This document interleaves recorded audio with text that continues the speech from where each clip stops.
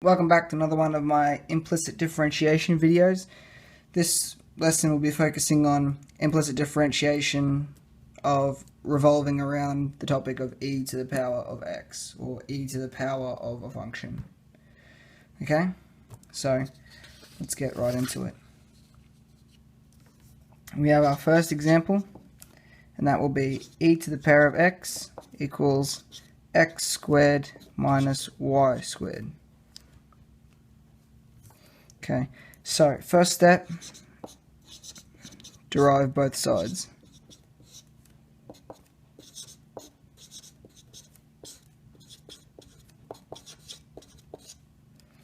Okay, second step, find out what they are. So let's grab e to the power of x.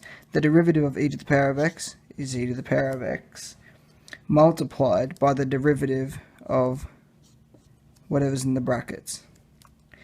Derivative of x with respect to x is 1, but we'll write it as this for now. Derivative of x squared is 2x, and then the derivative of the inside of the brackets is dx on dx, minus the derivative of y squared, 2y, multiplied by whatever's in the brackets, which is the derivative of y. We do this because we use the chain rule. So this is the chain rule, this is the chain rule, and this is the chain rule. You do the derivative of the outside while the inside stays the same, and then multiply by the derivative of the inside. Okay, so over here we have e to the power of x times 1, so we'll just leave it as e to the power of x. We have 2x times 1, because just remember dx over dx is 1. So wherever there's a dx over dx, I'm just going to leave it out, because 1 times whatever is whatever. Anyway, back to here. Minus 2y times dy over dx. We leave this here because dy over dx is the derivative of y with respect to x, which is the derivative, which is what we're trying to find. Okay? So what we do now is we bring all the dy dx multiples on one side and all the others on the other. So we'll have e to the x on one side. We'll subtract 2x because that'll bring it over to this side. And that will equal negative 2y multiplied by dy dx. How do we get that? How do we get this by itself? Well, we divide both sides by negative 2y.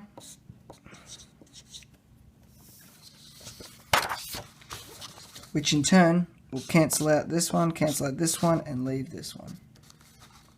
And then what we're left with is dy dx equals e to the power of x minus 2x all over negative 2y. Now if you wanted to, you could bring that negative up here, because if you have a negative on the bottom, the whole fraction's a negative. If you have a negative on the top, the whole fraction's a negative. So you could rewrite this with the negative in the middle here to signify both top and bottom, but I'm just going to leave it how it is for now. And that's your final answer. Okay, for our second example, we're going to have e to the power of x multiplied by y equals x plus 2y. Just like before, let's find the derivative of either side.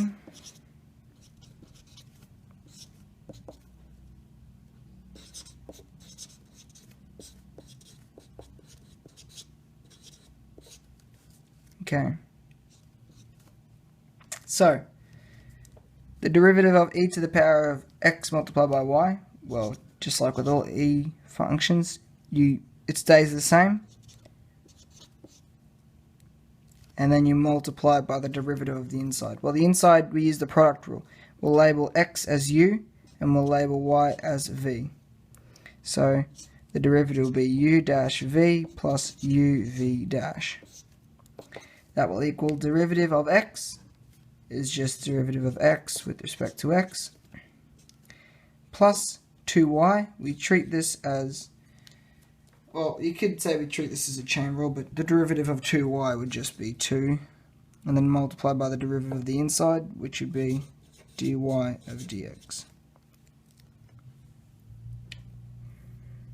Because if we would bring the 1 down, the derivative of the outside would be 2, we bring the power of 1 down, and that would still be 2, and then you take 1 off the power, which would make y to the power of 0. Y to the power of 0 is 1, therefore it would just be 2, and then we'd find the derivative of the inside, which would be dy over dx. Okay, so now we have e to the power of xy, y dash, or u dash, which is x, derivative of x, which is derivative of x with respect to x, multiplied by v, which is y, plus u, which is x, multiplied by the derivative of v, which is derivative of y with respect to x, equals dx on dx is 1, plus 2 multiplied by dy on dx. Okay, now we're going to expand these brackets. Because we have a dy over dx in here, we need to isolate that. We can't do anything with it in this state, so we need to expand the brackets. Therefore, we'll have e to the power of xy multiplied by dx over dx, which is 1, multiplied by y. So it'll just be y, because 1 times y is y. Plus, we'll have x e to the power of xy multiplied by dy on dx equals 1 plus 2 times dy over dx. Now in this state that everything is open and unraveled and expanded out and unboxed and whatnot, now we can move things around really easily and isolate the dy dx. So first step is to bring the dy dx multiples on one side and the others on the other side. Therefore we'll have y e to the power of xy no, we'll do it this way. We'll have x e to the power of xy multiplied by dy dx minus 2 multiplied by dy dx. I'm bringing the 2 over to this side, and that will equal 1 minus, and then I'll subtract the y e to the power of xy on this side. Well, I'll bring it over, which will be subtracting it from both sides, and we'll get y e to the power of xy. Okay, I know this looks a bit messy, but this is what we want.